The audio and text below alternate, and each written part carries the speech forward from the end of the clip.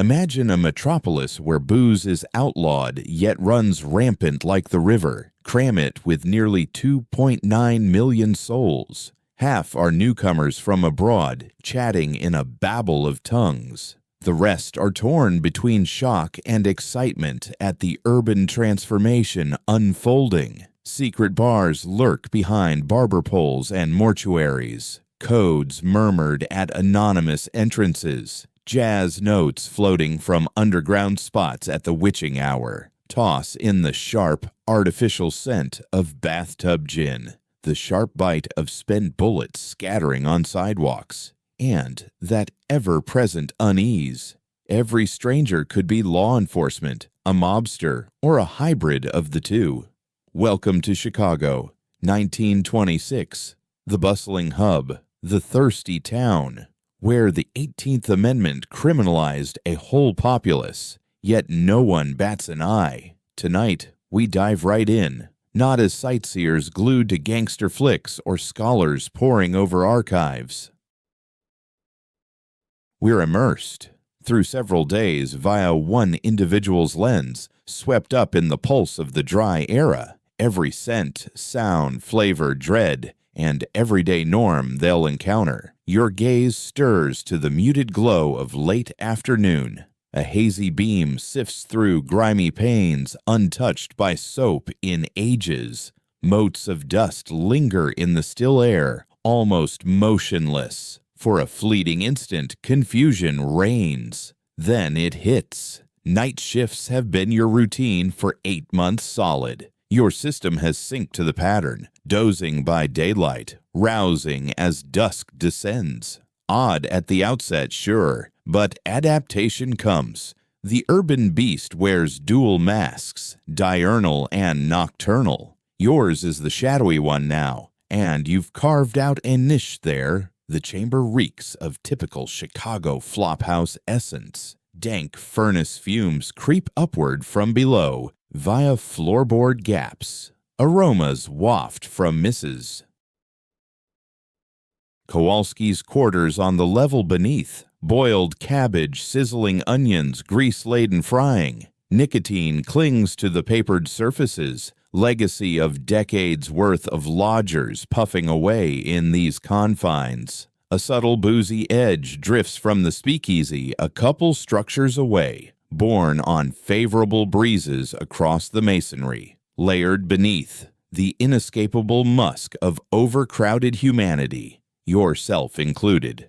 Step into Chicago, October 1926, precisely Tuesday the 12th. The sun dips behind the skyline, invisible from your vantage. The metropolis transitions from its diurnal guise to the nocturnal, mirroring your own shift. You recline on a slim cot in a cramped space, roughly 10 by 8 feet, up on the third story of a sturdy brick edifice along South Halsted Street, smack in the Polish district's core. Erected 6 decades prior, predating the infamous blaze, it's among the survivors. Stout partitions, squat overheads, pint-sized openings. It traps swelter in the heat, chill in the frost, and clamor year-round. You're Eddie Cack, age 24. This very district claims your birthright, right here in this stack, merely 2 stories lower, where your folks and 3 kid siblings still huddle. You've pulled 11 months with the Al Capone outfit. Prior gig, hauling rigs for a legit furnishings outfit. Straight arrow loads, $12 weekly. These days, it's $50, $60, or beyond. Mom and Dad believe the furniture hauling yarn persists. You encourage the illusion. The structure's noises ring true to form. Mrs. Kowalski's wireless hums from downstairs. She's tuned to WGN, the paper's broadcast arm. Currently, a classical piece airs, perhaps Brahms. Not your wheelhouse, the fancy tunes, but hers is. Warsaw, emigre 3 decades back, she pines for refinement. Chicago's got its own brand, she claims. American flavored. Hallway treads ascend. The ancient timbers groan under the intruder's heft. A portal swings ajar, then shuts.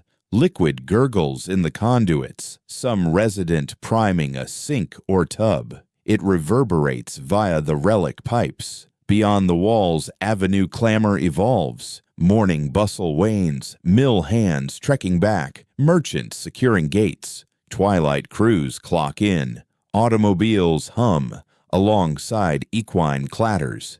Distinctions persist, the guttural purr of a Ford Model T against the rhythmic hoofbeats on cobble. The city's straddling epics at present. Not everyone owns a car, the majority get by without one.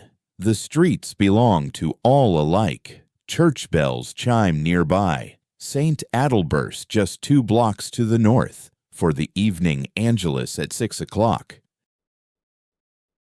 You've been out cold for 6 hours straight. You hit the sack around noon after dragging yourself home from your last shift. Your hours run from 8 p.m. until 4 a.m., sometimes stretching longer with a late delivery. The haul back home, the slog up 3 flights of stairs, and then crashing while the city stirs to life. It's an odd rhythm, but it's become your normal. Time to rise now. Your limbs protest, as always. 6 hours never fully hits the spot, though it's all you can squeeze in. Your eyes are scratchy with fatigue. Your mouth carries the tang of metal and stale brew. That lumpy, threadbare mattress leaves your back sore. It's older than you, no doubt. The wooden floor chills your bare soles.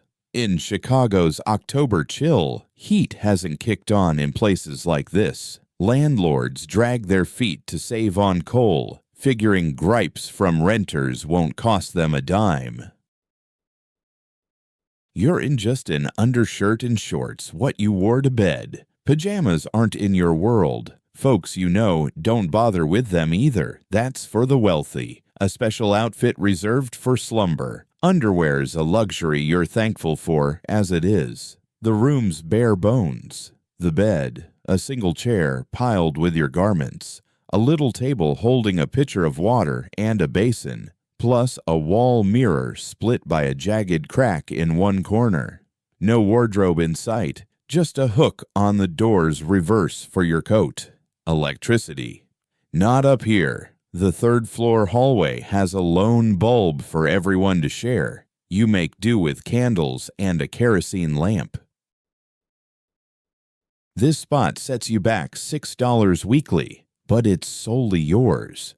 A sanctuary away from prying eyes, worth far more than square footage or frills. Back until age 22, you crammed in with family. 5 souls in 3 rooms. No room for solitude.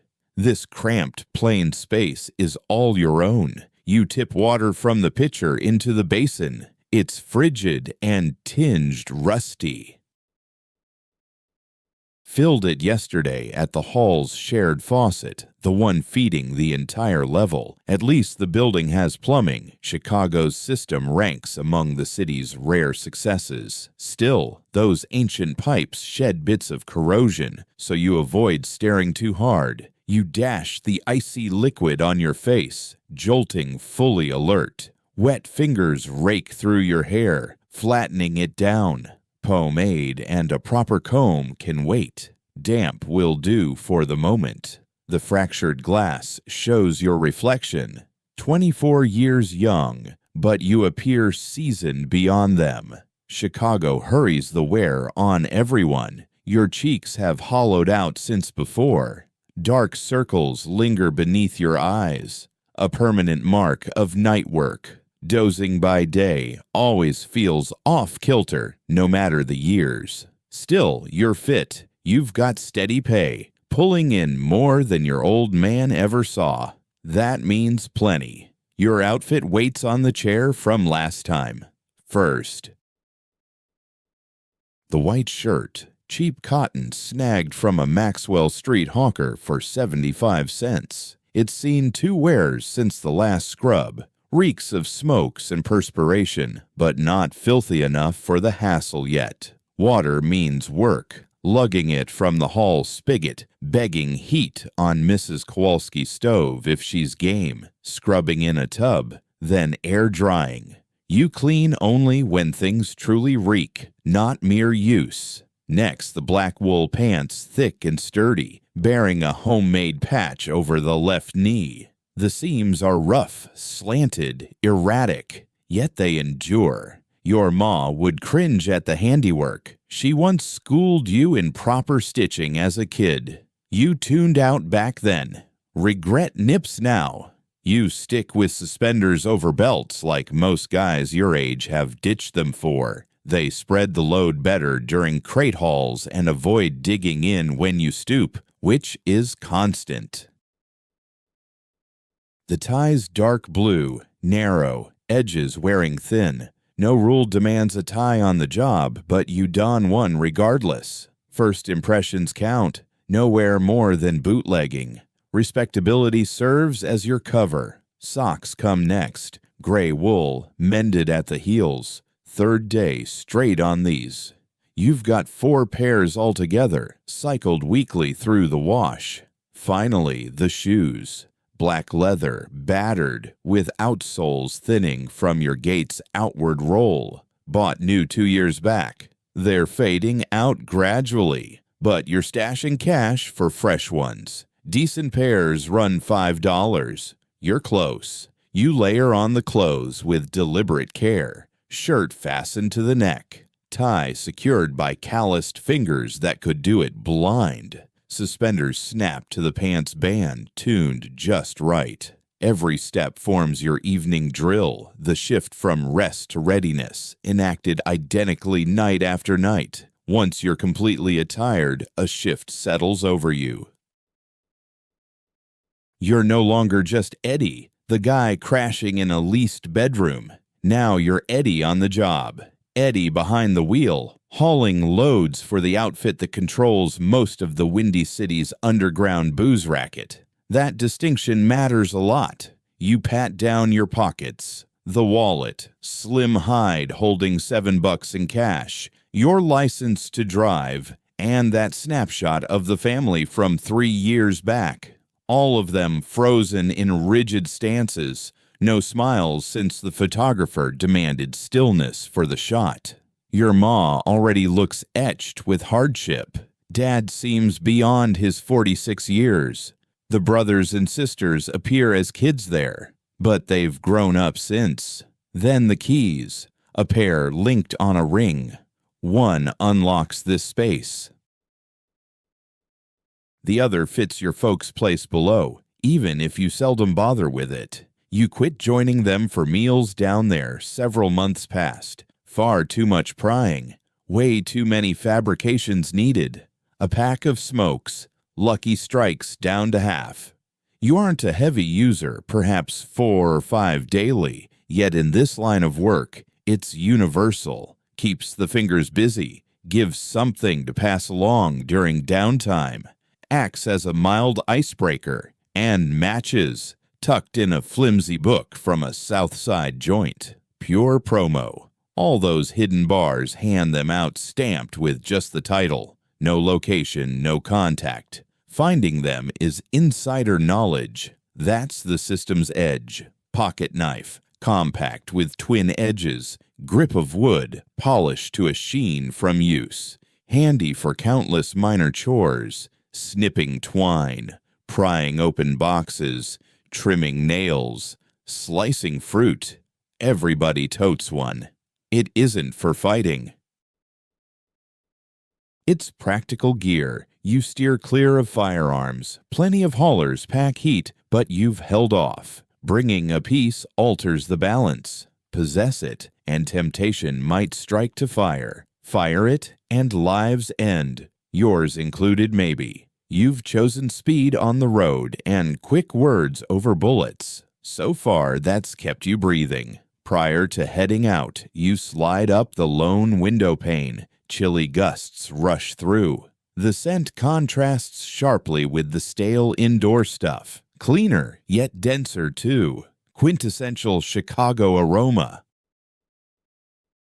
Tough to pin down unless you've lived it. a blend of machine and life. Coal fumes first. The town devours coal for all needs. Homes, stoves, plants, rails. Countless stacks belch it skyward without pause. Windless spells drape the haze like a shroud over the skyline. A breeze stirs today, scattering it some, but the tang lingers, coating your tongue. Then the packing plants. Your south side, adjacent to the Union Stockyards, Globe's biggest slaughter operation. Winds shift, and the stench wafts over. Gore, waste, demise turned factory scale. Sinclair captured it 2 decades prior in the jungle. Conditions endure unchanged.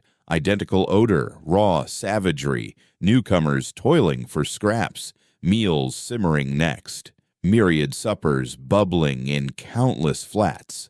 Aromas of onion, garlic, kraut, spuds, occasional protein for those who scrape by.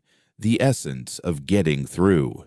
This metropolis thrives on fuel. Bargain. Hearty bites that power laborers through shifts. Waste, too. The cleanup efforts advance, but at a crawl. Blocks persist with rear outhouses, refuse heaping in back lanes. Rodents infest everywhere. You've grown numb to spotting them. They belong to the urban web. Layered beneath all that, the big lake, Michigan, mere miles eastward. Its odor doesn't hit direct from your spot, but it subtly weights the atmosphere. Moister, thicker. The city hugs a vast inland ocean, and the waves shape it all. You draw it deep. This is your turf. The very breath you've inhaled since birth. Folks who fled to the coast or Big Apples or quiet Midland spots all confess the same. They pine for Chicago, not for glamour or purity or simplicity. It's belonging. Inhale here long enough, and elsewhere's breeze tastes off. You snuff the flame, secure the latch, pocket the key. The corridor glows faint. A lone bulb at the distant end, perhaps 40 watts, scarcely denting the gloom. Walls show damp blotches and curls of paper. Steps groan beneath your boots. The whole structure sags with age and wear, clinging on by grit alone. Your level holds 3 more entrances. Lives hum behind each. You identify the folks more by noise than face. The elderly lady hacking through the dark hours. The pair bickering in Polish tones. The fellow stumbling in boozed up thrice weekly, crooning melancholy tunes in Croatian Serb or some unfamiliar Slavic strain. The communal washroom caps the passage. Single commode, basin, tub on clawed legs marred by corrosion. An implicit rhythm governs it. Grasped by all, dawns yield to the 9-to-5ers, nights to types like yourself. You've mastered the swift rinse to beat the cooling pipes. The steps twist tight and sharp. You ease down with caution. The structure's about 6 decades old, and those steps have warped over time, tilting in ways that catch folks off guard. Tumbles happen. Take Mrs. Kowalski's husband. He snapped his ankle right here 5 years back. The landlord shrugged it off, muttering something about watching your footing. Down you go. From the second landing to the ground level, the building's clamor shifts with each drop. Voices grow bolder, radios crackle clearer. Ground floor buzzes louder, hugging the road as it does. Traffic rumbles in, shouts echo, and some mutt yaps off in the distance. The front door's a sturdy slab of wood with a pane of etched glass, splintered in spots. You shove it open and step into the twilight. The evening slams into you, starting with the racket. Chicago never hushes, though dusk carves out its unique cacophony. Nothing like the dawn hush or midday drone or the midnight void. Automobiles swarm more than in years past, though not as thick as they'll get.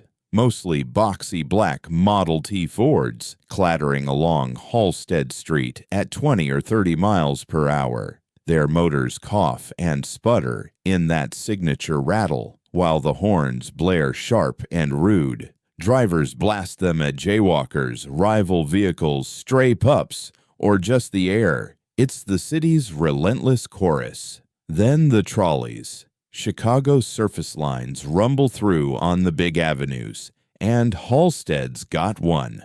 Powered by overhead lines, these electric beasts glide with a steady hum and whine, steel wheels grinding over tracks.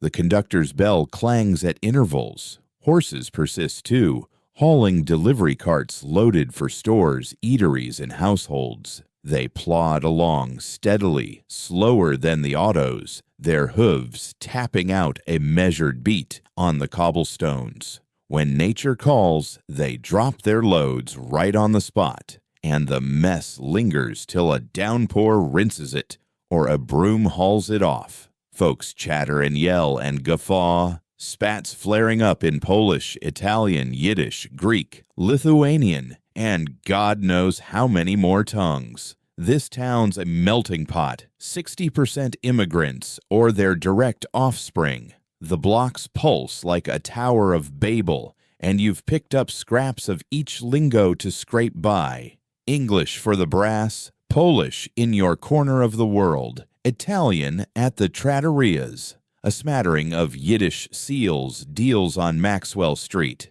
The eyes take the next hit. Shop windows line the way. Halsted's all business below. Homes stacked up top. Ground-level joints peddle everything. Grocers, meat cutters, bread makers, seamstresses, cobblers, shave parlors, with boards lettered in tongues galore. Polish dominates half the signs in this patch, but English, Yiddish, and Italian weave through. Crowds pack the walks. Guys in rough dudes trudge to or from shifts. Ladies clutch market sacks. Little ones dart about. Elders perch on steps, puffing pipes and eyeing the flow. Youngsters chase games, stickball clogging the road, hopscotch chalked on pavement. A knot of lads huddles at the curb, straddling boyhood and the rough edges of city youth. Hawkers dot the scene. A fella with a pushcart hawking roasted chestnuts, their toasty scent slicing the air. A lady lugs a tray of twists. Another offers blooms from a weave, likely scraps plucked from morning burials. Chicago's florists snatch 'em off headstones at dawn, flip 'em by nightfall, nothing wasted. Twilight deepens. Sun's dipped low, but shadows haven't claimed it all. That hazy interlude lasts maybe 30 minutes come October. Lamps flicker to life along the arteries. Chicago's wired main drags now boast electric glows. A fresh trick. No more guys with long poles patrolling block by block. It's all clocks and switches these days. Chill creeps in. October here's when coats come out. Afternoon might have hit 60, but it's slipped to 55. Headed for 45 before the witching hour. Your wool jacket, charcoal, and baggy, snagged for $2 at a Maxwell Street hawk shop, hangs a touch loose, but loose beats snug any day. You head south down Halsted, terrain as familiar as your own skin. This stretch raised you, games in these gutters as a boy. School, a trio of blocks over to the east. That debut gig as a grocer's runner, 6 blocks down. It's more than turf. It's who you are. A Southside Polack carries weight here, ties you into webs of faces who nod back, a grid of connections. You skirt the Carniceria, where your old man grabs cuts. Pan Koalik's place, rooted for a quarter century. He stocks hog, steer, fowl, even hare now and then, at fair marks thanks to bulk hauls from the yards. Quality wavers, but you take what comes. Chow's chow. Next, the bread joint your ma frequents, Panny Noax. Her loaves are heavy rye, near black with a tangy bite. She bakes patsky too. Those Polish donuts stuffed with jam or creamy custard. Fresh batches come out on Tuesdays and Fridays. The aroma is irresistible. With your recent gig, you can splurge on patsky these days. Occasionally, you grab a half dozen and polish them off in a single go. Next, you go by the church, St. Adalbert's Roman Catholic Church. It's a hulking brick edifice with dual spires that loom over the area from afar. Your folks attend Mass here each Sunday. You tagged along back then, but you quit roughly a year back. Whether it's a loss of faith or just apathy, you're unclear. In any case, it's been months since you set foot inside. As you walk by, the bells toll. It's 7 o'clock. They chime hourly. And on Sundays, they peal longer, summoning folks to services and pacing the rituals. That tolling weaves into the rhythm of local life. You could gauge the hour from those bells alone, watch or no watch. You skirt the corner where bootleggers loiter. Everyone's in on this not-so-secret spot. Head here if you're after some booze. Just small amounts for yourself. A pint of whiskey, a wine bottle, maybe a couple beers. Cash transaction, no chit-chat. These sellers operate solo, outside any syndicate. They source from bigger outfits and jack up the cost. They give you a nod as you stroll past. They recognize you. They know you're on Capone's payroll. That earns you some deference. You skip buying from them. Your supplies wholesale, practically gratis, baked into the gig.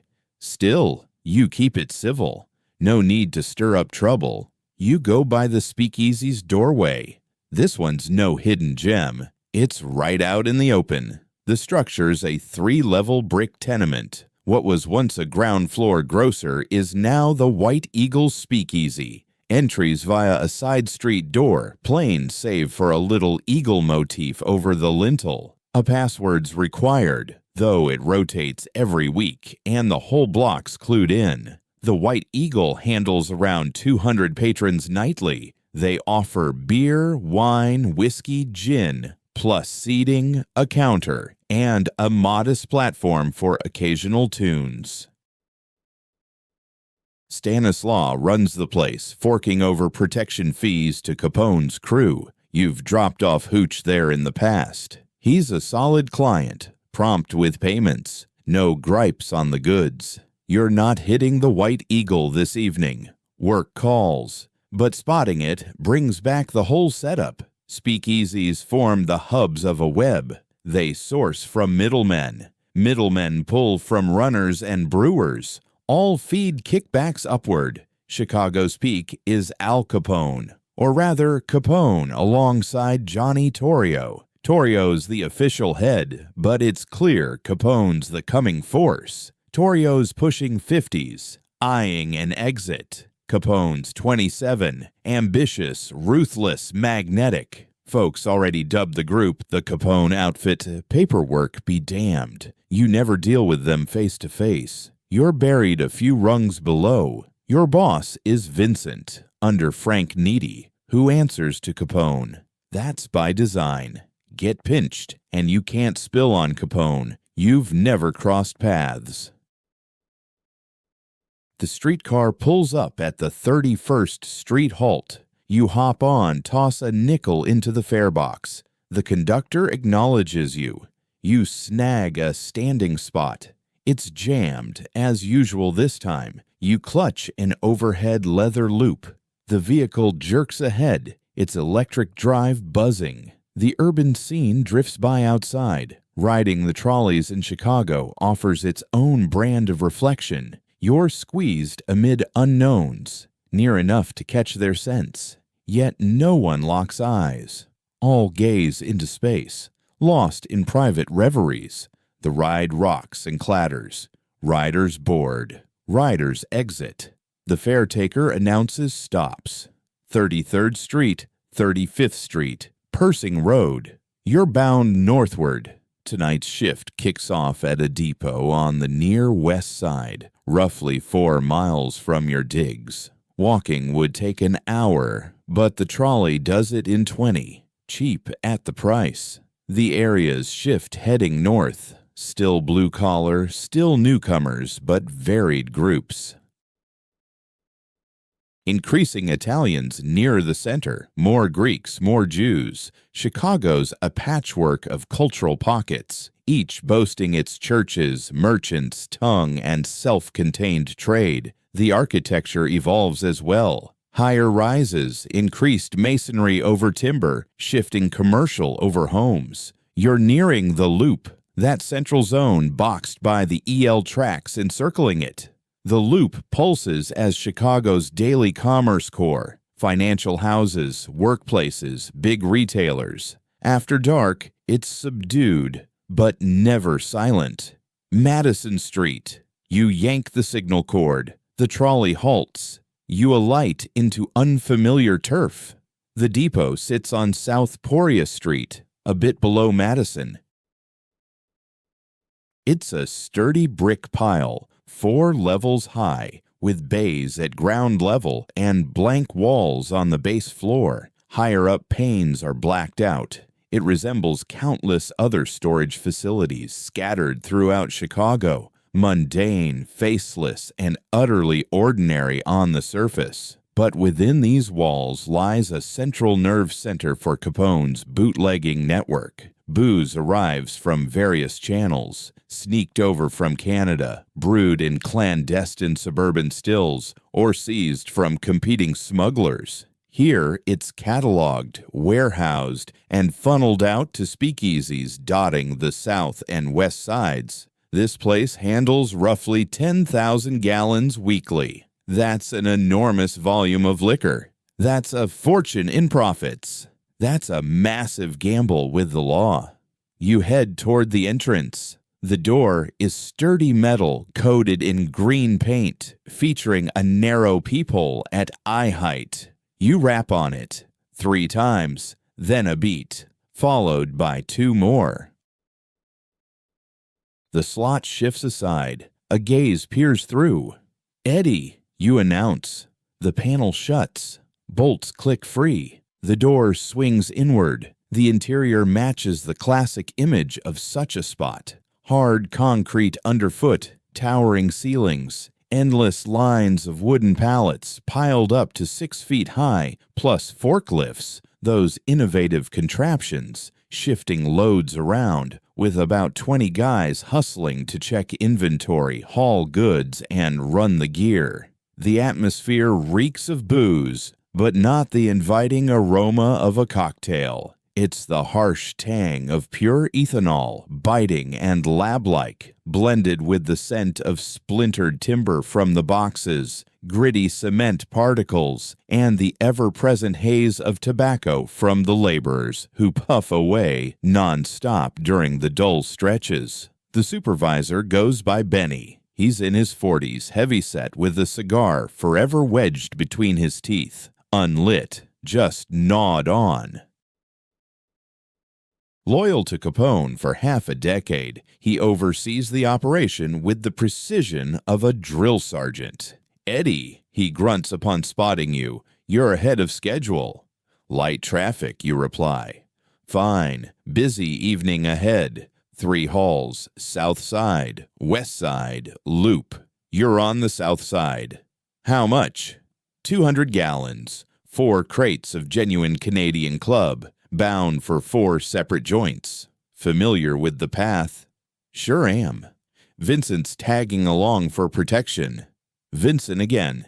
You team up with him nearly every shift. 35 years old, lean, reserved, lethal. He packs a .38 pistol and handles it expertly. His role: ensure the shipment reaches its destinations intact. He'll gun down would-be robbers, bandits, or enemy crews aiming to hijack the load.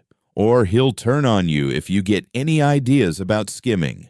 Versatile gig. You spot Vincent by the dock, lighting up a smoke. He gives a curt nod. Words aren't his thing. 8 months of partnering, and his personal life remains a blank slate. Family man, father, local or outsider, no clue. He executes the task, pockets the cash, vanishes homeward. That's the dynamic. Set? He inquires. Set.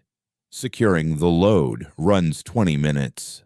The rig's a 1925 Ford Model TT, the truck variant of the Model T. Brown paint job, with _11_ lettered boldly on the flank, convincing sham. Complete with a polished emblem. It's under a dummy firm's name, so if cops seize it, no trail leads to Capone. Routine precaution.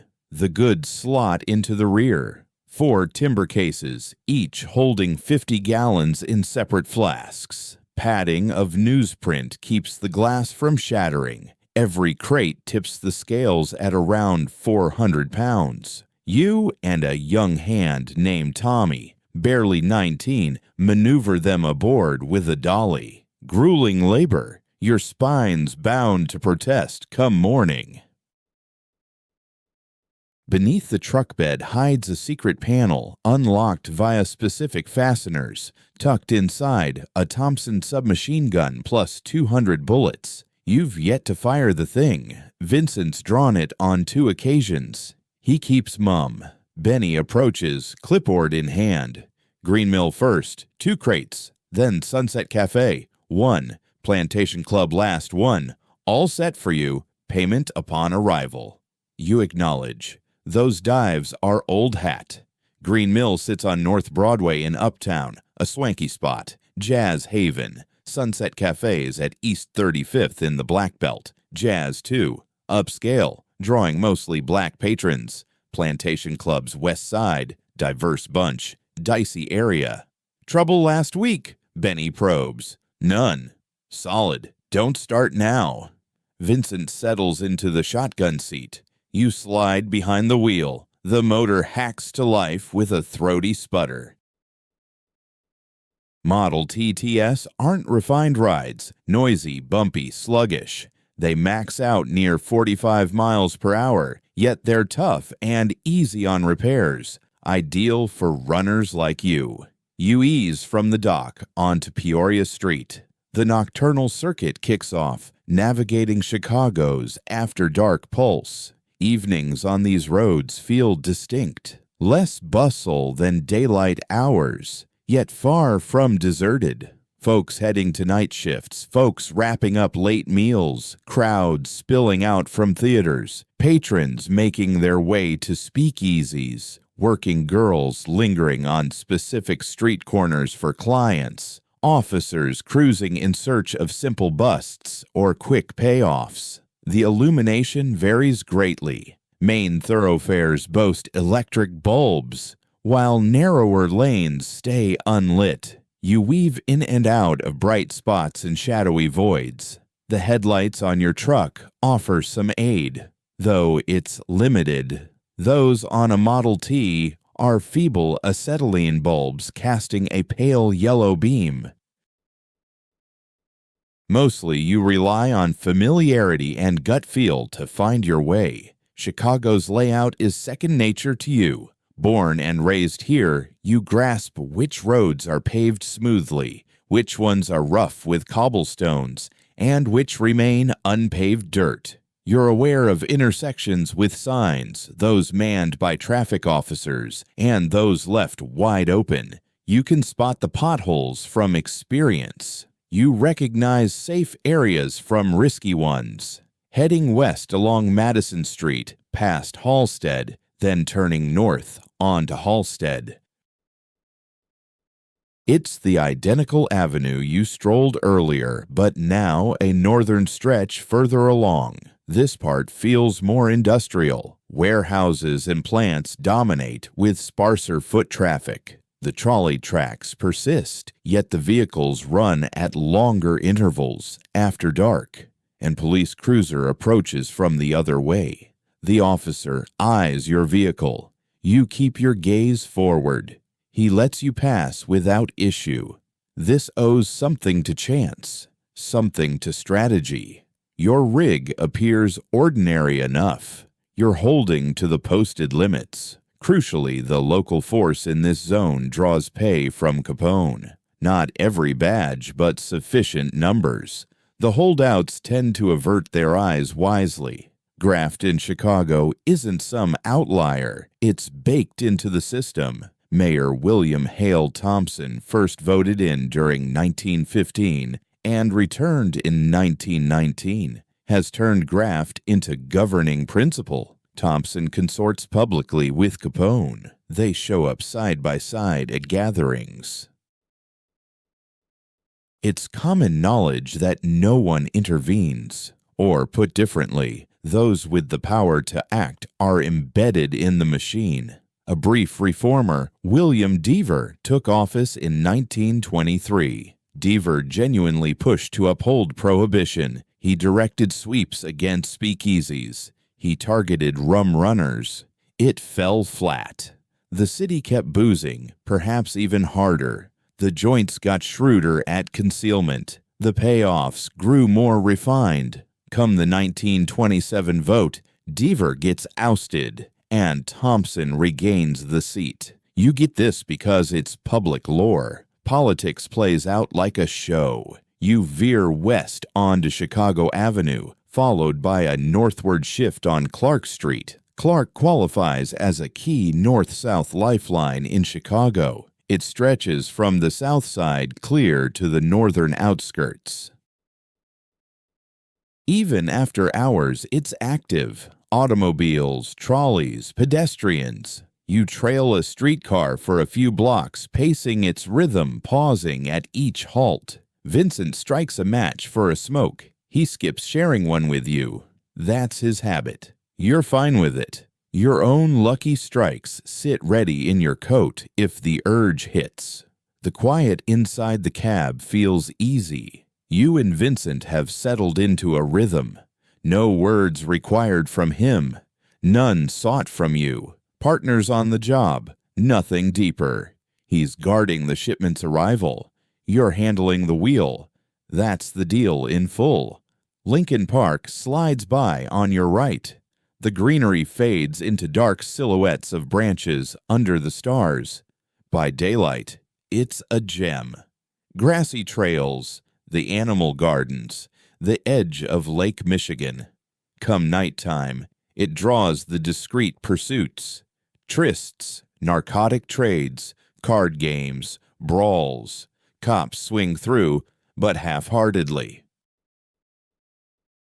Green spaces after sunset yield to the shadows crowd, continuing north on Clark, then a westward jog onto Lawrence Avenue.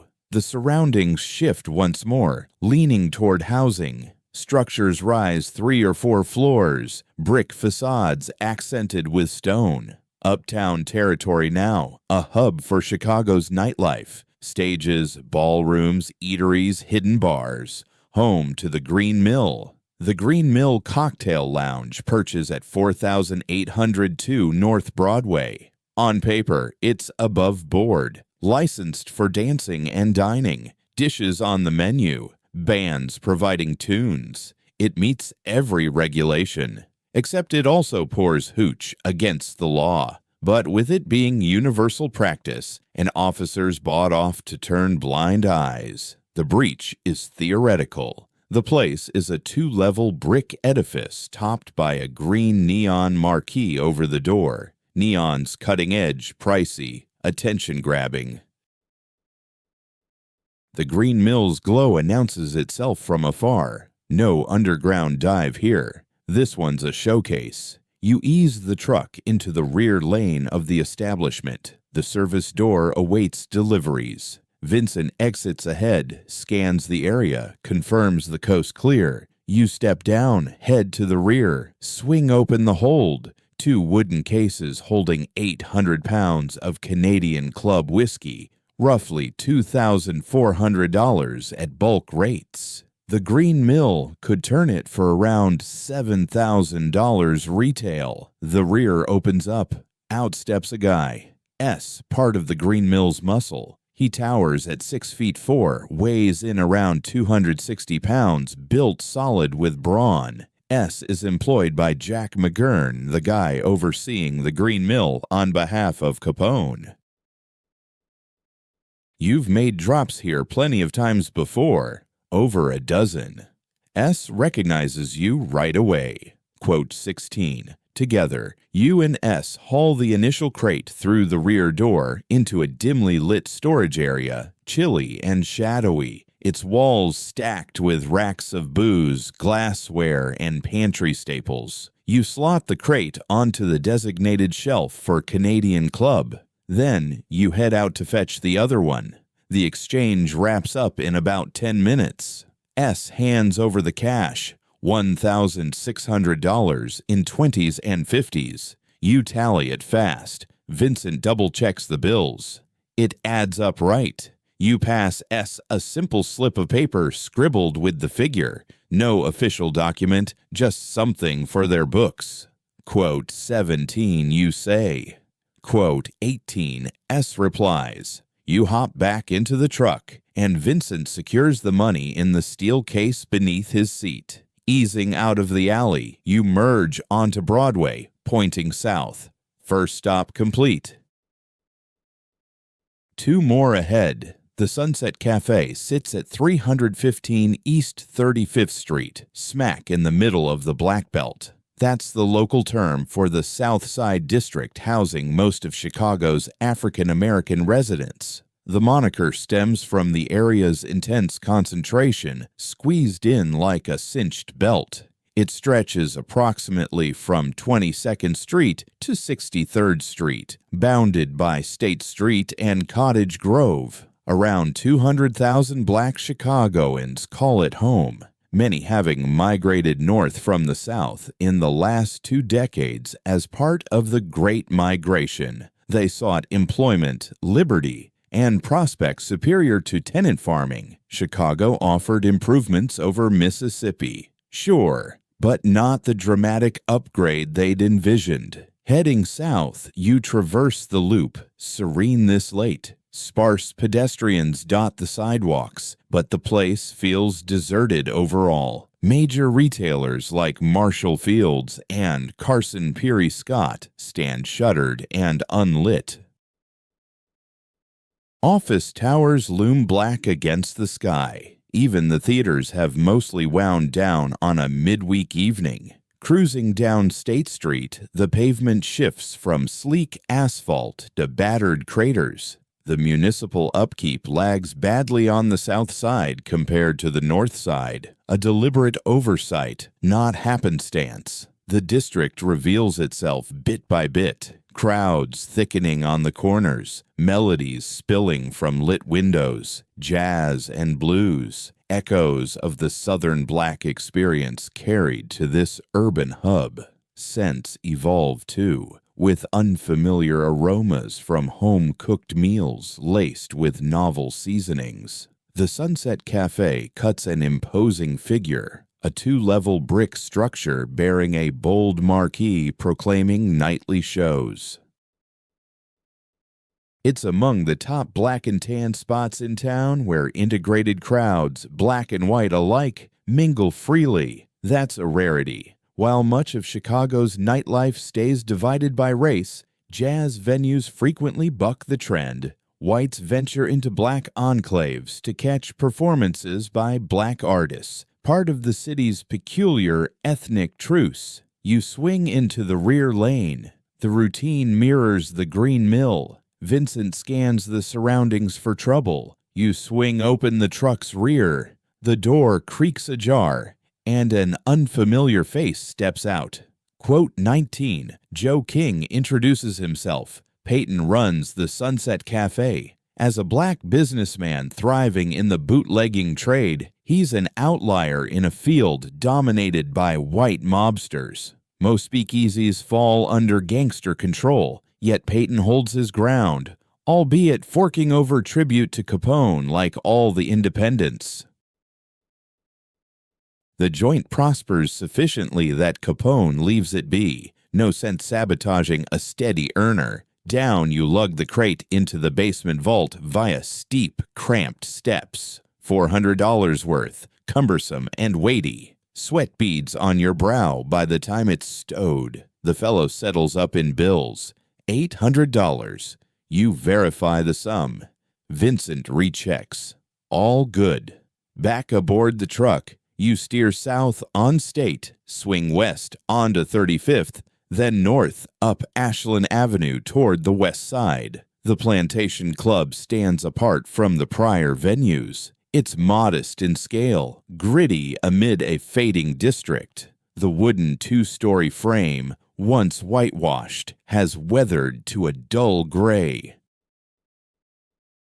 The sign's a crude homemade job. Patrons here are blue-collar types. Factory hands, meat packers, folks grinding through grueling shifts who crave oblivion after dark. No frills at the plantation, but it turns a solid profit. Laborers guzzle liquor steadily, without fussing over the grade. You nose into the back alley. Vincent stays extra vigilant. This zone's prone to stick-ups. Competing outfits prowl nearby. The North Side gang under Bugs Moran pushes to encroach on West Side turf. Gunfire's erupted lately. Just weeks back, a pair of Capone's crew got gunned down blocks away. Vincent hovers a palm by his pistol while you wrestle the crate free. The door swings wide to a wary welcome.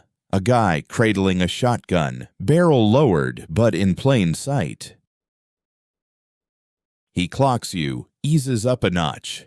Canadian, right? Get it inside. The club's innards match the vibe. Murky, haze-filled, reeking of sour ale and perspiration. They stash the crate in a cramped storage space that's little more than a cubby. You get handed $400 in modest denominations, mostly 10s and 5s. Counting it all drags on a bit. By 11 p.m., you're climbing back into the truck. That's 3 runs wrapped up.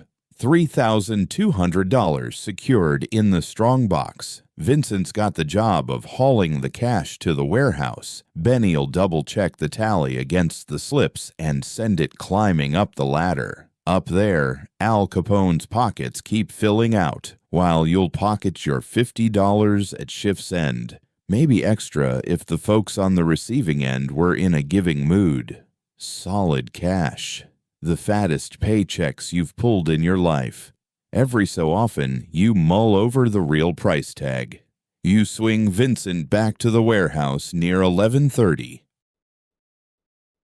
The schedule called for heading home once the drops were done. Your hours are officially up, but sleep's the last thing on your mind. The rush from navigating the dark streets, that constant edge from hauling contraband, the muscle strain of heaving crates around. It all leaves you buzzing. Crashing out right away just isn't happening. Instead, you settle into your routine, park somewhere, and take in the urban sprawl. This evening, it's the all-night place. A greasy spoon off West Madison Street, dishing out coffee, eggs, and toast to the wide-eyed sleepless, the graveyard shifters, and those with no other spot to crash. The brew's lousy, scorched, acrid, likely stewing on the heat all evening. Still, you gulp it down. The joint's about half occupied. A handful of lone guys hunched over the counter, eyes vacant. A pair tucked in a booth, murmuring softly. The server, who seems like she's logged a full dozen hours already, shuffles around wearily. Overhead, fluorescents buzz stark and unforgiving, washing out every face to a pallid gray. You claim a stool at the counter, call for coffee and a wedge of their lone pie option.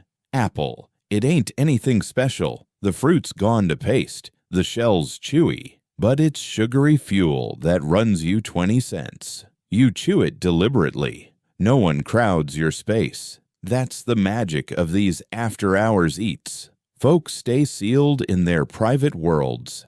Chat only sparks if you light the fuse. Out the window, Madison Street rolls on with sparse action. A scatter of vehicles, the occasional trolley rattling late, pedestrians drifting by. Chicago doesn't ever shut down completely, though it eases off.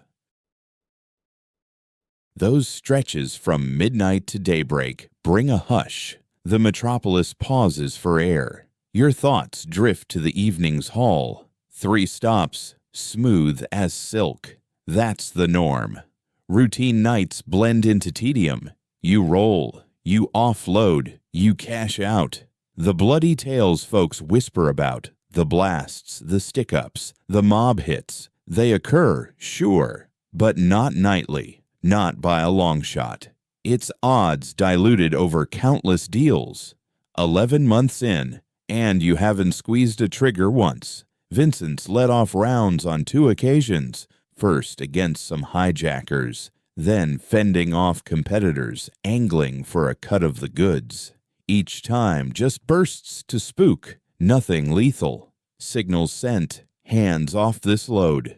You've glimpsed corpses on 2 runs. One was a guy gunned down right by a speakeasy you were supplying, pulled up to the scene. Body sprawled on the pavement, cop cruisers swarming, onlookers milling. You peeled out sans delivery.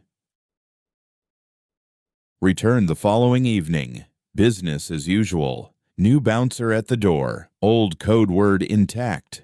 The other floated in the Chicago River. Crossing the 12th Street Bridge, you glanced over the rail, spotted a form in the current, face submerged, limbs outstretched, nudging the supports. No halt, no call-in. River stiffs turn up often enough that flagging them feels futile. That's 1926 Chicago for you. Sudden ends weave into the scenery. The waitress tops off your mug unprompted. Around 40, gaunt, with eyes that have witnessed it all. No grin, no chit-chat. She just fills and fades. Expert at blending into the wallpaper. You ponder her story. Pulling doubles here, crash pad nearby. Kids or kin, sole gig, or piece together from scraps. The city's teeming with strangers you'll never unravel. Countless existences tangled as your own, unfolding in tandem. The booth duo rises, settles up at the till, and melts into the darkness outside. Now it's just the counter loaners, the server, and that glaring buzz overhead. You polish off the pie, drain the cup, drop 2 quarters on the formica. 20 cents covers the food, and Joe, 5 cents left for her. She gives a curt dip of the head. You push out. The October chill bites at 40 degrees, turning your exhales to fog. The block's deserted enough for your bootsteps to echo. You amble off, no set path, pure motion. The energy's still humming. Rest can wait. Heading west along Madison, this stretch is gritty. Doss houses, skin-flicked joints, taverns without signs. Structures sag with age, timber-framed and weary. A few seem forsaken. Others could be empty or only appear so. Tough to gauge. One guy's dozing in an alcove, balled up tight, layered in newsprint against the frost. Not uncommon.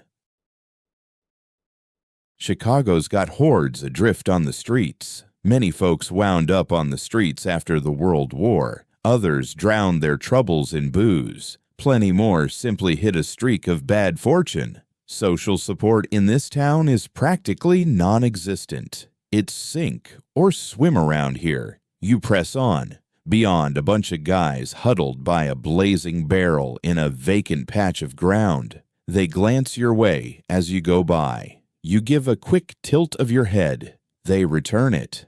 Nothing hostile, just a simple recognition. The darkness uncovers what daylight conceals in the urban sprawl. Hardship stands out sharper. Despair feels more raw. By day, the hustle keeps everyone in motion, upholding the illusion of direction. When night falls, that pretense fades. All that's exposed is the raw fight to endure. Your thoughts drift to your own precarious existence. That $50 weekly you pull in exceeds what most locals in these parts could dream of. Your quarters are cramped and basic, yet they offer shelter from the elements and solitude. You've got meals, attire, and a measure of protection for the moment. The liquor trade's volatility is baked in. Cops could nab you any day. A competing outfit might gun you down. The whole outfit might crumble. Torrio could bow out. Capone could end up dead or locked away. A new boss might sweep through and purge the ranks. Your livelihood hinges completely on booze staying banned and Capone's crew holding sway. Either could shift overnight, but right now, things hold steady. And in 1926 Chicago, steady counts as thriving. You arrive at Union Station. The clocks ticked past midnight. The place hums softer than in daylight hours, though it never truly shuts down.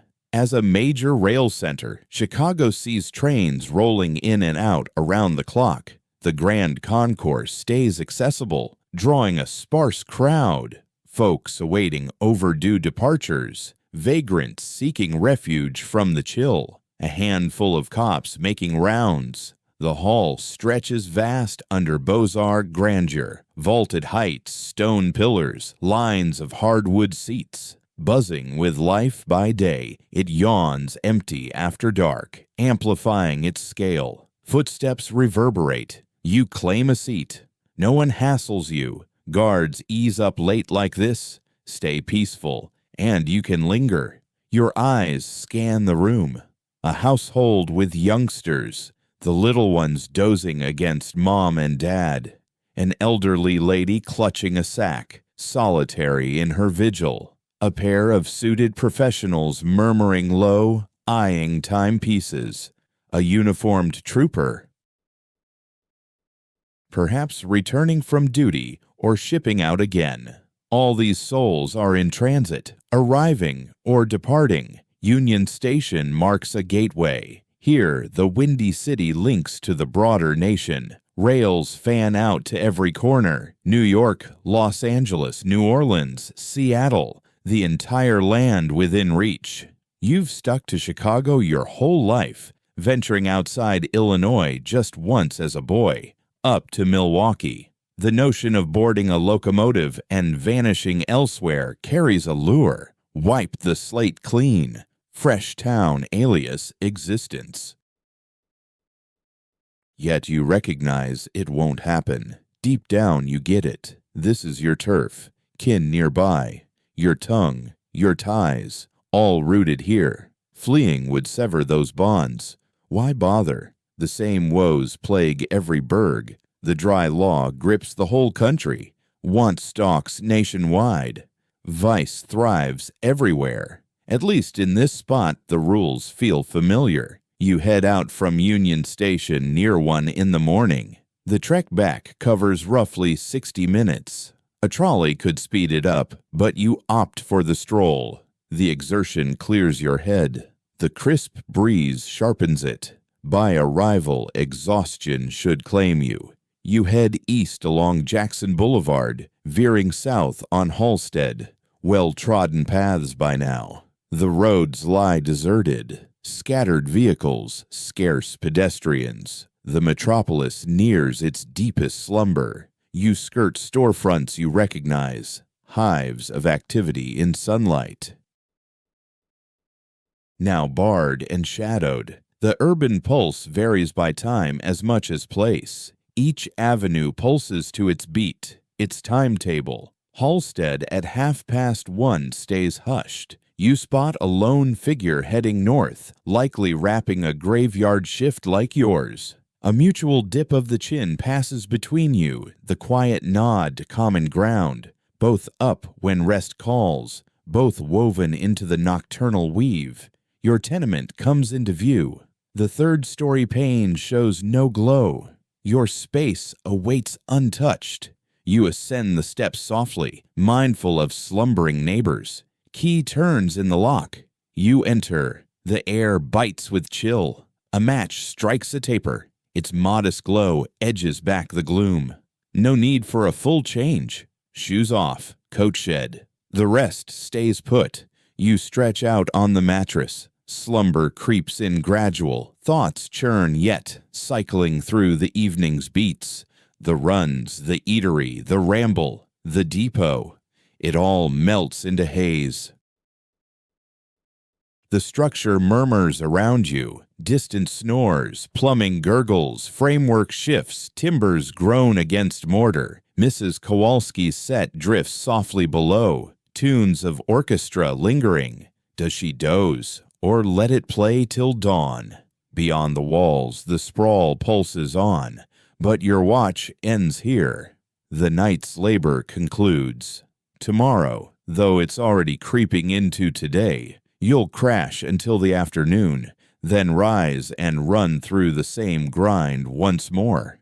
That's your existence now, the beat you've tuned yourself to. You shut your eyes. Blackness envelops you. Silence settles in. Finally, some peace. It's Wednesday afternoon when you stir awake, sometime around 3 p.m. Rays of sunlight slant through the glass, hanging low in the sky. The October glow casts everything in a warm, diminishing gold.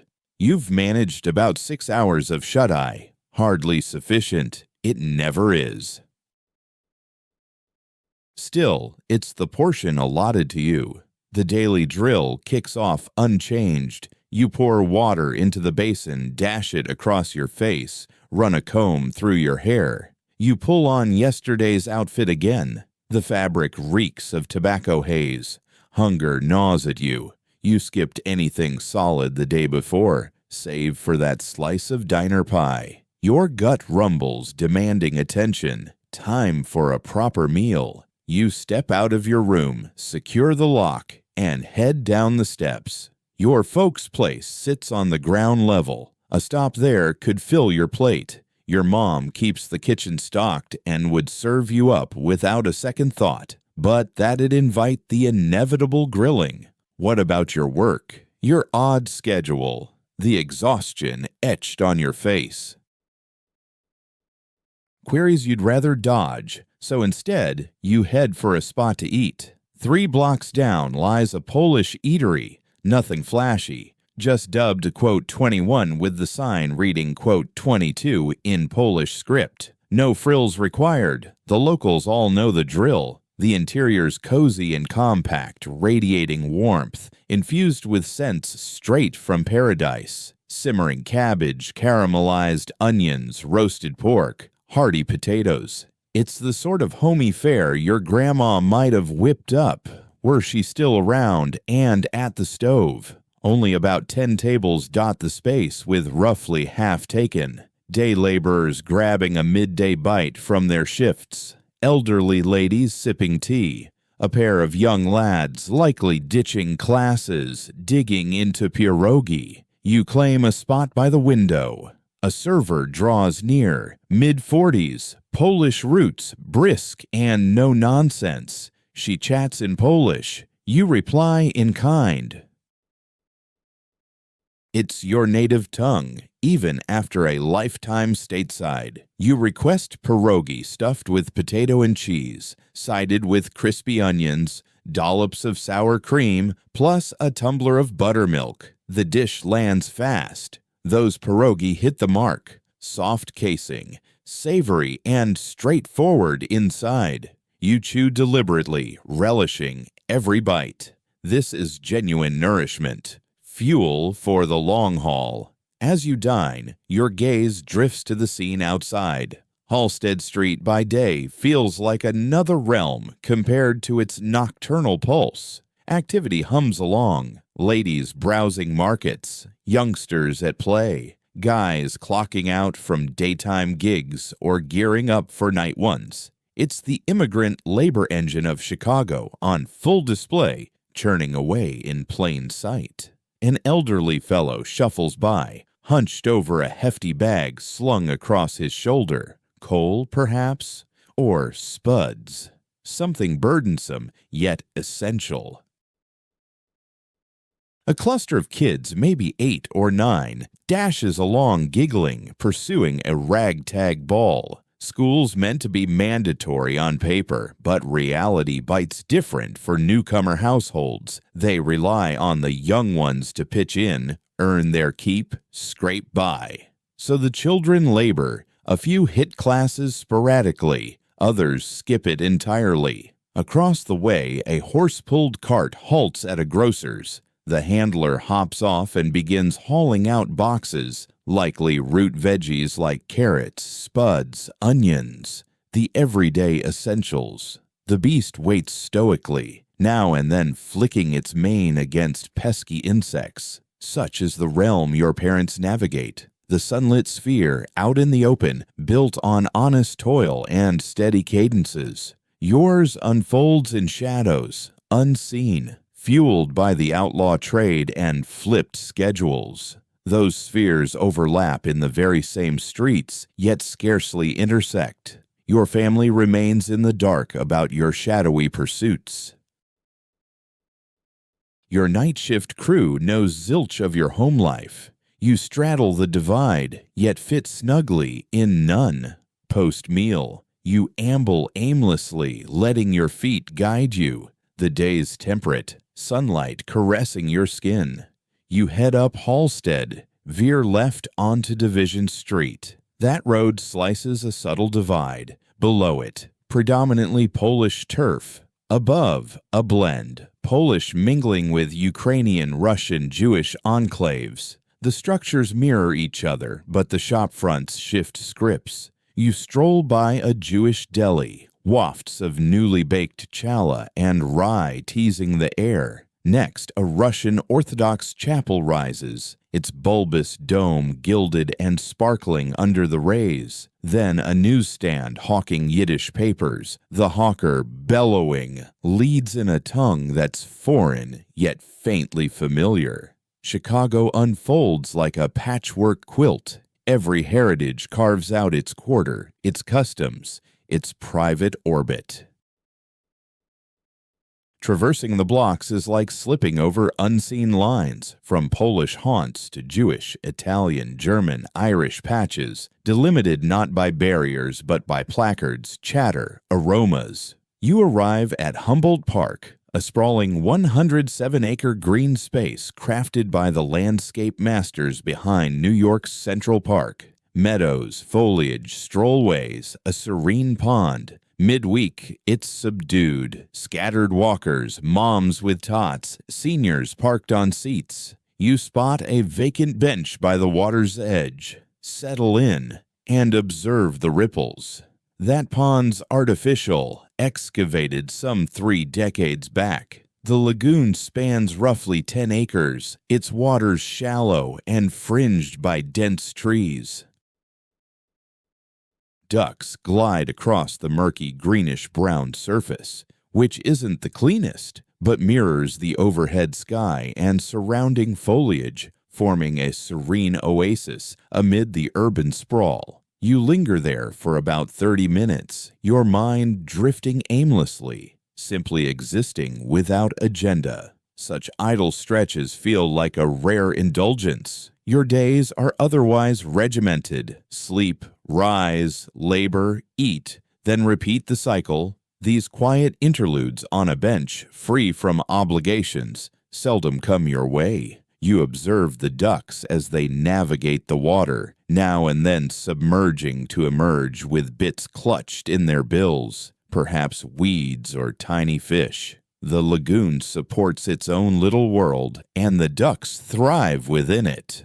A notion crosses your mind. You're not so different from them, navigating a framework beyond your making, adhering to ingrained routines, scraping by from one day to the next. The city serves as your lagoon, where you maneuver through the currents, scavenge sustenance amid the bustle, steer clear of threats, and carry on. The idea lands without solace or unease. It's simply the reality. By around 5 p.m., you depart the park, the sun dipping toward the horizon and the air turning cooler. Work looms ahead. Your evening run kicks off at 8 o'clock, so you must reach the warehouse by 7:30 to check the night's routes. Still, a bit of time remains. Heading east along North Avenue toward home, you note the streets shifting from daytime bustle to twilight rhythm. Stores shuttering, bars firing up, workers clocking out. You go by a pawn shop, its 3 golden balls dangling over the entrance, the age-old emblem. Such places dot the working-class corners of Chicago. Folks hawk their goods for quick cash. Tools, trinkets, instruments, whatever holds worth. They buy back when funds allow, or forfeit them, leaving the shop to resell. You've never parted with anything that way. Nothing in your keeping merits it. Your belongings cram a single room, mostly threadbare garments. Yet the cycle makes sense to you. Pawn shops form another thread in the web of getting by. Adjacent sits the Kowalski Funeral Home, no kin to you, though the surname's plentiful. The structure sports a somber gray coat, its signage in Polish and English. Hours for viewings posted. In neighborhoods like yours, teeming with newcomers, these parlors hold real weight. Proper rites for the departed are essential. Bodies handled with care, vigils observed, souls dispatched as tradition demands. The homes handle that duty. Sometimes they moonlight in extras downstairs, like speakeasies blending mourning with spirits. You press on, skirting a barber shop next. Through the glass, 3 stations catch your eye, each with a customer, fellows in for trims or straight razor shaves. The proprietor, an elder with a bushy mustache, snips away under the lamps. These spots double as hubs for talk. Haircuts draw men for the chatter, updates, neighborhood whispers as much as the service. A few pepper every block. A trim wouldn't hurt. Your locks are unkempt, twisting at the ends. But it runs 50 cents. And you're pinching pennies. You'll hack at it yourself tonight, using shears and the splintered mirror in your space. You arrive at your tenement by 6 p.m., ascend to the 3rd story, fiddle the key in the lock, and enter. The place hasn't shifted. Sheets rumpled on the bed, garments draped over the chair, yesterday's basin water now tepid. The candles dwindled to a remnant.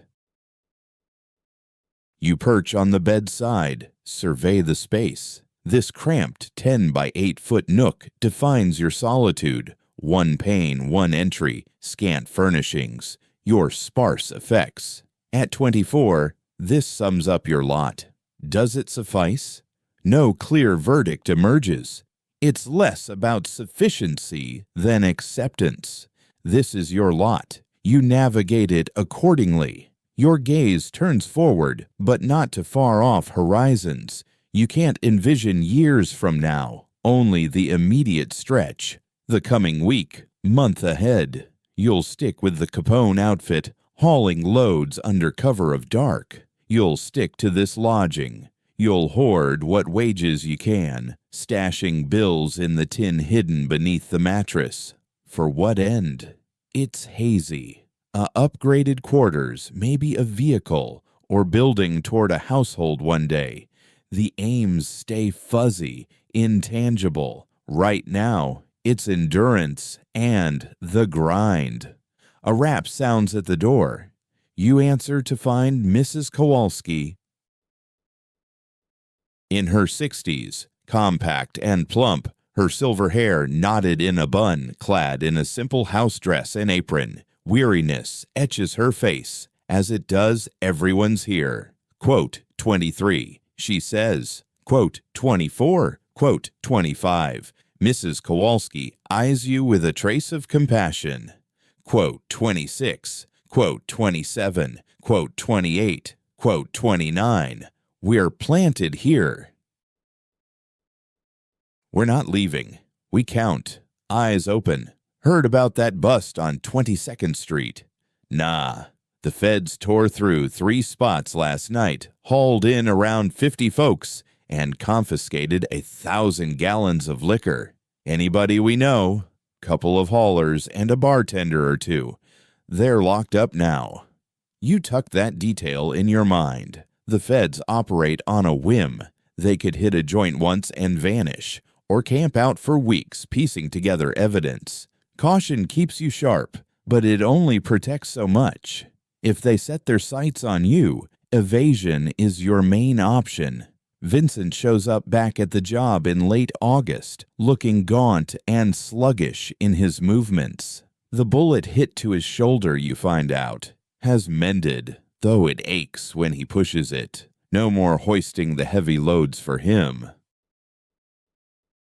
But riding alongside works fine, and that's the key part. Relief washes over you at his return. The cab of the truck seems whole once more with him up front. He skips any mention of the incident. You steer clear of prying. That's how you two operate. All business, no bleed over into private lives. You clock in shifts side by side without digging into the personal stuff. The swelter of August fades into September's milder air. Thermometers dip to the 70s, then the 60s. Chicago lets out a collective sigh. Tempers cool off among the crowds. The bloodshed eases up a notch. Your bootlegging routine rolls on uninterrupted. Crates keep getting dropped off. Cash streams in steadily. You're closing in on 2 years behind the wheel in this line of work. 2 years of piloting rigs through the dark streets, thriving in the shadows of the underworld economy. At 25, the years have worn on you quicker than time alone would allow. Night shifts. Unrelenting pressure, the brutal scenes you've seen. They've etched lines into you. Glancing in the mirror, your reflection startles you sometimes. A visage that's wearier, tougher, more worn than the one etched in your memory. Still, you're breathing. You're pulling in wages. You're holding your own in 1927 Chicago. That's no small feat. October rolls around. Just a year back, you were green, fumbling with the basics, jittery on every run. These days, you're seasoned. The streets, the operation, the dangers, they're second nature. You're solid, dependable, an asset. Benny summons you to his office one afternoon. An unusual move, since he typically dishes out orders right from the warehouse bustle. Eddie, take a seat. You drop into the chair. The room's cramped, buried in stacks of documents, thick with the scent of stogies. You've been solid. 2 years without big screw-ups. That's gold around here. Thanks. I'm bumping you up. You'll oversee a team. 3 rigs, 3 guys under you. Route the hauls, collect the dough, check in with me. Bigger load, better cut, higher stakes. You murmur appreciation, though it's not optional. It's a step up, effective immediately. Training kicks in next week. Refusal isn't on the table. You roll with it and adjust. Leading a squad shifts everything from solo runs. Now you're accountable for not just your loads, but 3 others too. Mapping paths, syncing timelines, keeping the whole operation tight, that's on you. Larger sums pass through your grip, thousands nightly. Your take jumps to $100 a week, pushing higher at peaks. But the tension ramps up right alongside. A botch drop by one of your men. Your neck's on the line. Short cash. You eat the blame. A failed run. Benny's glare turns your way. Delegation becomes second nature. Oversight, too. You pick up the ropes of bossing folks around.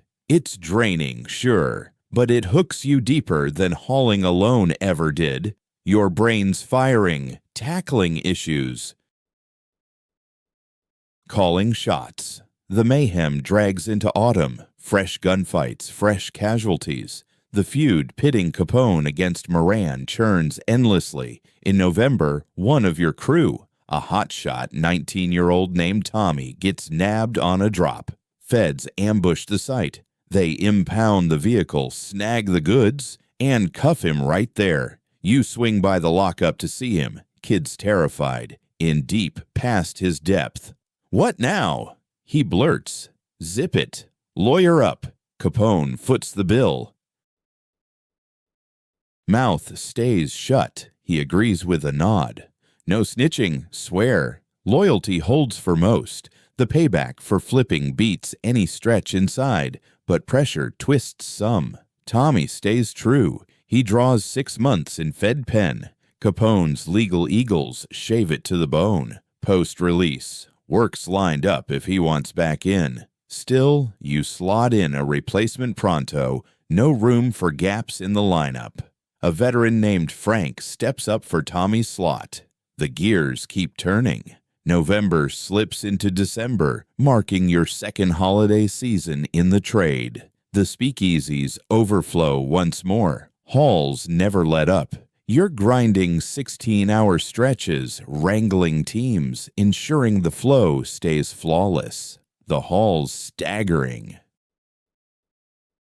$200 weekly clears your pocket. A single month's take dwarfs what your old man pulls yearly. Christmas finds you at your folks' place. You slip your mother $50. Tears well up in her eyes. Your father clasps your hand firm. Your family looks up to you. You're the standout success, the one who's truly escaped the grind. They have no clue about the details. You keep it that way. As December fades into January 1928, you've been overseeing a team for a full 3 months. You're excelling in the role. Shipments arrive punctually. The finances add up without discrepancies. Nothing major goes wrong. Benny's impressed. You're a born leader, Eddie. Quote 43. Ever considered stepping up? Taking charge of a warehouse, perhaps? You hesitate. Extra duties don't appeal right now. This current position suits you fine. Still, Benny's words linger, sparking thoughts about your potential ascent in the outfit. The structure's clear, drivers at the bottom, then crew bosses like you, warehouse overseers, regional heads, and Capone reigning supreme. Could you rise through those ranks? In theory, absolutely. You're sharp, capable, and dependable, traits the syndicate prizes. But is that what you desire? Every promotion brings greater dangers, heightened visibility, and deeper involvement in the bloodshed. For now, leading a crew feels ideal. It's rewarding enough to earn respect, without painting too big a bullseye on your back. Winter grips the city once more, as unforgiving as ever. Chicago's chill is relentless, harsh, and drawn out. You've grown accustomed, though. Better gear keeps you warmer these days. You handle slick roads and blizzards like a pro. The vehicles stay operational even in the deepest freeze. Your teams push on regardless. Bootlegging doesn't pause for the season. Then comes February 14th, 1928, the turning point for it all. It doesn't hit you head on. You're not part of the action. But it shakes the entire landscape, the town, the liquor trade, the feud pitting Capone against Moran. St. Valentine's Day. Bugs Moran's North Side outfit loses 7 members, gunned down in a garage on North Clark Street, backs to the wall. The assailants pose as cops, fooling the victims into compliance. The Saint. Valentine's Day Massacre. It'll go down in history, etching Chicago's image as a cauldron of crime. Word spreads fast the following day. The whole city buzzes. Papers, broadcasts, street talk. 7 corpses. No suspects in cuffs. The perpetrators vanish. Moran dodges it. He skips the garage that morning. Capone sunning in Florida. His whereabouts airtight. Suspicion locks on Capone as the mastermind, but evidence stays elusive. The killings shift the mood. Violence simmered in the shadows before, just part of the hum. It's bold, staged like a spectacle, jaw-dropping. Washington perks up. The mayor scrambles. Press clamors for crackdowns. Bootleggers face tighter heat. Intensified busts. More cuffs. Relentless watching. Operations grind forward, but tension coils tight. Suppose the feds get aggressive on Prohibition. What if Capone crumbles? Where does that leave the runners, the haulers, the network? You stick to the routine. No options otherwise. This job feeds you. Yet the old assurance, the vibe of endless prosperity, evaporates. By spring 1928, Uncle Sam means business. They're targeting Capone, the syndicate, the supply lines. Raids multiply, arrests spike, rigs get confiscated, speakeasies shutter. Your outfits move smarter now. Routes shuffle daily. Schedules shift unpredictably. You scan for tails everywhere. In March, Frank, the fill-in for Tommy, gets nabbed mid-run. Feds ambush him, echoing Tommy's fate. He's locked up, trial pending. You slot in a new guy, but sourcing trustworthy wheelmen gets tougher. Stakes climb, fear spreads. The hits keep coming, less flashy than the massacre, but persistent. Drive-bys, blasts, stiffs in alleys. Capone-Moran hostilities simmer low, but unresolved. Whispers circulate. Moran's battered yet breathing. Capone's under federal glare. The whole machine strains. You ponder the endgame's timeline. Summer 1928 rolls in, sweltering as always. The streets sizzle. You soldier on. The trade still pays handsomely. Hidden bars thrive. Thirst never quits. But that untouchable edge, shattered. Now it seems brittle. One big sweep or collar could unravel everything. Your earnings hold strong. Nearly $5,000 banked, a fortune beyond most folks' dreams. Yet cash loses its shine. Stability trumps it. Staying alive overrides all. In July, you drop by your folks' place. Your mom's showing her years abruptly. At 52, she appears a decade older. The immigrant struggle, endless childbearing, scraping by in squalor, has etched deep lines. Dad's aged too, hitting 60, still toiling at the yards but lagging. His grip trembles faintly. The coughs rack him more. Your brothers pull steady shifts now. Your sister's wrapping up classes, eyeing a teaching gig. Your family sees you as the standout, the guy who's raked in cash and broken free from the relentless grind of their daily struggles. Part of you itches to lay it all out. The fact that your gains rest on shady dealings, that cops could haul you in any day now, that the cash flow might dry up if the booze ban lifts, or if Capone takes a tumble. But those words stay locked inside. Instead, you stick to the cover story. You're hauling loads for a transport outfit, putting in long hours, stashing away earnings, and getting by okay. The deception rolls off the tongue smoother than any confession. It's the fall of 1928. 3 full years you've been at it. 3 years of midnight hauls, drop-offs, and navigating the shadowy alleys of Chicago. At 26, you carry the weight of someone twice that age. The bootlegging game presses on, yet it's shifting gears. Those wild peak days are fading. Feds are cracking down harder than ever. The bloodshed has folks on edge. The whole outfit faces relentless heat. Capone's holing up more in Florida, dialing back his Chicago presence to dodge the spotlight and the mess. Doesn't seem to be helping much. Your teams soldier on regardless. Shipments keep rolling, though your routes are thinning out. Take-home pay's dipping too. A few speakeasies have shuttered, busted by raids, or just spooked into folding. You're pulling in solid cash still, around $70 or $80 weekly. Beats what most folks scrape together, sure, but it's not the haul it once was. You can feel the twilight approaching. Not tomorrow, maybe, but down the line. Nothing like this holds up indefinitely. Winter stretches from 1928 into 1929.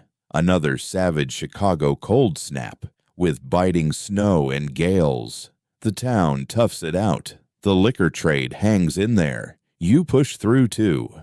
But exhaustion's settling over everyone. The endless clashes, the busts, the nagging dread of getting pinched or plugged. You ponder the fallout when the dry spell finally breaks. And it will. The nation's soured on it. The carnage, the graft, the booze still flowing despite everything. It's wearing thin. Once it's done, where does that leave operators like you? Back to square jobs, jumping into fresh rackets. Any chance your know-how fits the straight world? No clear answers. Doubt if anyone's got them. Occasionally you toy with the idea of bolting from Chicago, heading off to reboot elsewhere, dipping into your nest egg for a clean outfit far from this grind. California crosses your mind. Folks rave about the sun, the chances, the clean slate. But odds are you'll stay put. This city's your roots. Kin's rooted here. It's who you are. You're anchored, not miserably so. Just locked in. That's the hand you're playing. Night shifts warp time. Days melt into one another. Weeks blend, months too. Seasons shift, but your grind stays fixed. You rise come afternoon. Grab a bite. Head out to the wheel. Cruise the urban sprawl. Handle the drops. Crash back home. Snooze. Loop it all over. That's your existence now. A loop of routines grinding on without end. No real joy, no deep gloom. Just getting by, hanging tough. Chicago churns on beside you. Late 20s version, a place of wild contrasts, opulent highs and slum lows, brutal fights and vibrant arts. Dreams clashing with dead ends. You slot into it, a minor cog in the vast machine, but woven in all the same. There's a certain allure to the wee hours. Piloting through town at 3 a.m., avenues deserted, structures looming black. The roar finally hushed. It brings a calm, a short breather from the daytime frenzy. You've come to cherish those stretches, the hush, the isolation, feeling solo amid 3 million souls. Street lamps spill golden glows. Your rig glides in and out of them, light to dark. The motor purrs, tires whisper over asphalt. Silence wraps the rest. It's a kind of trance. The steady roll, the well-worn paths, the set course. Lets your thoughts drift or settle. Either way, it's a win. Now and then, your mind drifts to what's ahead, not scheming precisely, just musing, questioning the road beyond. This gig in 5 years, 10. Prohibition still on the books. Capone calling the shots. You breathing. No clues there. Tomorrow's a blank. All that's solid is the present. This shift, this darkness, this load. You've grown okay with settling into that.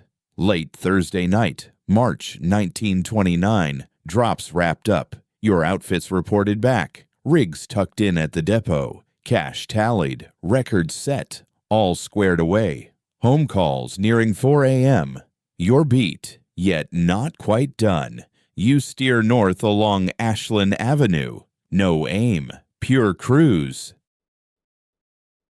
At this witching hour, the city's as dormant as it comes. Roads bare, structures unlit, even plants hushed. Crew swaps kick off at 6. You roll by districts you recognize. Polish, Italian, Jewish, Irish, each with its vibe, its pulse. But now, they blur into one, shadowed, vacant, still. You pass old haunts, speakeasies you've supplied, the green mill, the sunset, scores more, all dark and done for, their mysteries tucked away behind shadowed panes. You glide by the lakeshore, where the water lies hidden in the blackness, stretching out from the bank. Yet its presence whispers to you, the gentle slap of waves on the stones, a steady calming rhythm. You pull over, step from the truck, and approach the water's brink. The March chill bites deep, hovering around 30 degrees. Your exhales form misty puffs in the air. There you linger, hands buried in your pockets, gazing into the unseen expanse.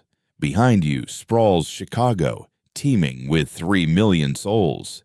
Nearly everyone lost in slumber, chasing their own visions, navigating their paths. Yours is no simpler than the rest. You're merely one thread in this vast tapestry of lives. Does that carry weight, or is it all fleeting? The question lingers unanswered, but poised here on the city's fringe, where lake meets land, where night yields to dawn, a quiet sensation stirs within. Not joy, nor sorrow, perhaps resignation or simple weariness. You climb back into the truck and head for home. Dawn's first hints emerge, unseen but easing the sky from slate to rose.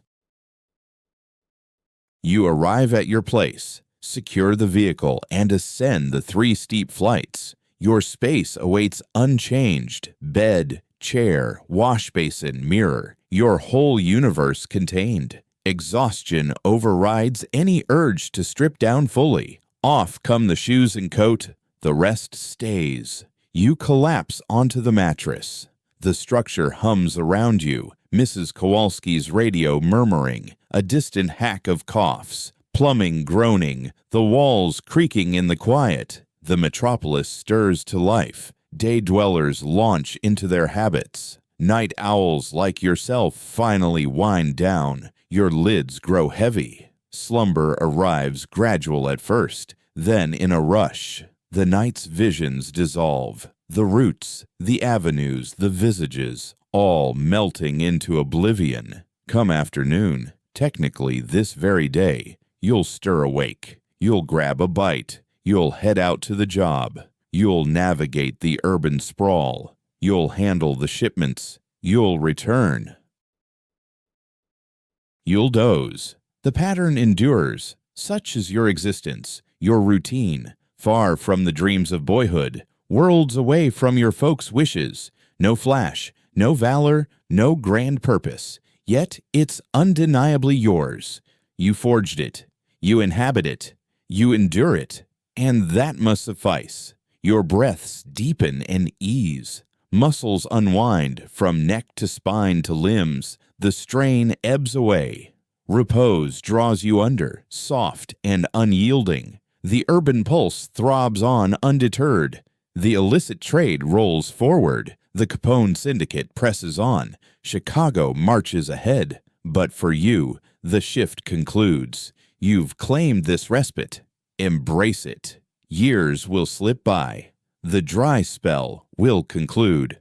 On December 5th, 1933, the 21st Amendment seals its passage. The grand trial deemed a flop at last. Hidden dens morph into open taverns. Rum runners pivot to honest ventures or fresh rackets. Al Capone lands behind bars for dodging taxes, not the bloodshed or the hooch. The town evolves. It expands. Skyscrapers pierce higher. Roads smooth out. Graft turns subtler, less brazen. The rum-running days blur into legend, etched in tales and haze. Those who endured it, folks like you, age into elders, sharing yarns of the perils, the thrills, the odd liberty of an age when law-breaking was universal. Pride mingles with regret for some. Others feel a tangle of both. It simply was. A snapshot of history, a brew of conditions birthing a singular existence. Yet, here and now, in March of 1929, none of that foresight touches you. The end of bands remains unseen. Capone's tumble unknown. Tomorrow's turns a mystery. All that's real is the present. This chamber, this bedding, this pause for renewal, it's plenty. Make it so. Allow slumber to claim you, as it did Eddie Cack in his modest quarters on South Halsted Street nearly a century back. Dim the metropolis, mute the clamor, still the whirl of your mind until it halts. You've piloted the shadows, completed the runs, weathered the watch. This downtime is yours by right. Seize it. The city's din recedes into whispers, or perhaps you tune it out entirely. Mrs. Kowalski's broadcast, the clatter of trams, the hawkers prepping stalls, the dawn chorus rising, irrelevant now. Only void, hush, and repose remain. Your respiration evens out, languid and profound. Your form grows leaden, merging with the bed. Fatigue's anchor tugs you deeper. The psyche clears. No frets, no schemes, no burdens. Pure release, just here, sheltered sufficiently, secure enough, enduring. No soul demands more. It's ample. Time will erode onward. The locale transforms. The globe shifts. Yet certainties persist. The craving for downtime after endless hours. The pull toward oblivion, if only briefly. The heft of persistence. The faint wish that the next day holds promise, or at least tolerability. These endure unchanging. So welcome it. Yield to slumber. Blur the surroundings. Scatter the musings. Grant your frame its peace. You've merited this. Claim it. Sleep tight.